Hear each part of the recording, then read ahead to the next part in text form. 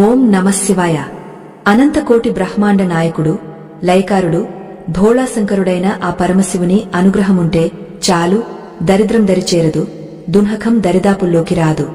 ఆత్మబంధువులారా, నేడు మనం చెప్పుకోబోయే ఈ రహస్యం సామాన్యమైనది కాదు.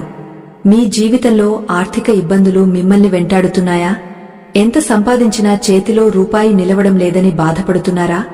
అయితే ఈ అద్భుతమైన సత్యాన్ని ఏకాగ్రతతో వినండి. ఇది కేవలం ఒక కథ మాత్రమే కాదు, సాక్షాత్తు శివపురాణంలో నిక్షిప్తమైన పరమ సత్యం. ఈ రహస్యాన్ని తెలుసుకోకుండా నిర్లక్ష్యం చేయడమంటే మీ అదృష్టాన్ని మీరే తృణీకరించుకోవడమే. ఈ లోకంలో ప్రతి మనిషికి ఏదో ఒక లోటు ఉంటుంది. కొందరికి ధనం ఉంటుంది కాని మనశ్శాంతి ఉండదు. మరికొందరికి కుటుంబం ఉంటుంది కాని ఆర్థిక స్థిరత్వం ఉండదు. వీటన్నింటికీ మూల కారణం మన జాతకంలోని గ్రహదోషాలు మరియు మనం తెలియక చేసే కర్మదోషాలు. శాస్త్రం ఏం చెబుతోందంటే, సోమవారం అనేది చంద్రుడికి మరియు పరమశివుడికి అత్యంత ప్రీతికరమైన రోజు. ఆ రోజున చేసే చిన్న దానం కూడా వేల రెట్ల పుణ్యఫలాన్ని ఇస్తుంది. ఈ రహస్యం తెలియక చాలామంది తమ జీవితాలను కష్టాల్లోనే గడుపుతున్నారు. ఈ వీడియోను మధ్యలో ఆపివేయడం లేదా అశ్రద్ధ చేయడం వల్ల మీరు ఒక గొప్ప అవకాశాన్ని కోల్పోయిన వారవుతారు.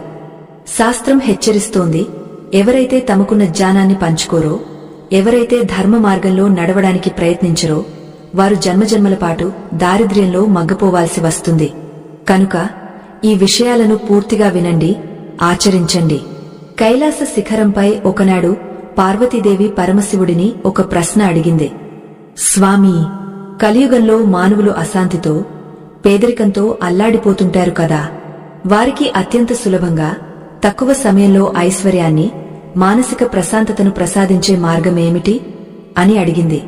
అప్పుడు ఆ జగద్గురువు మందహాసం చేస్తూ చెప్పిన పరమ రహస్యమే ఈ సోమవార దాన మహిమ. పరమేశ్వరుడు పార్వతీదేవితో ఇలా అన్నాడు, దేవి, ప్రకృతిలో ప్రతిదీ ఒక క్రమ పద్ధతిలో జరుగుతుంది. మానవుడు చేసే దానం కేవలం ఎదుటివారి ఆకలి తీర్చడానికే కాదు, తనలోని అహంకారాన్ని తొలగించుకోవడానికి మరియు గ్రహ దోషాల నుండి విముక్తి పొందడానికి ఉపయోగపడుతుంది. ముఖ్యంగా సోమవారం నాడు చేసే 3 ప్రత్యేక వస్తువుల దానం ఒక వ్యక్తి జీవితాన్ని సమూలంగా మార్చేస్తుంది. ఆ 3 వస్తువులు ఏమిటి? అవి మన జీవితంలోని ఏ సమస్యలను తొలగిస్తాయి? ఆ దానాలను ఎవరికి ఇవ్వాలి, ఎప్పుడు ఇవ్వాలి అనే విషయాలను ఇప్పుడు మనం ఈ పౌరాణిక గాథ ద్వారా వివరంగా తెలుసుకుందాం. పూర్వం మహోదయపురమనే ఒక అతి సుందరమైన నగరం ఉండేది. ఆ నగరం ఎంతో సంపన్నంగా, పాడి పంటలతో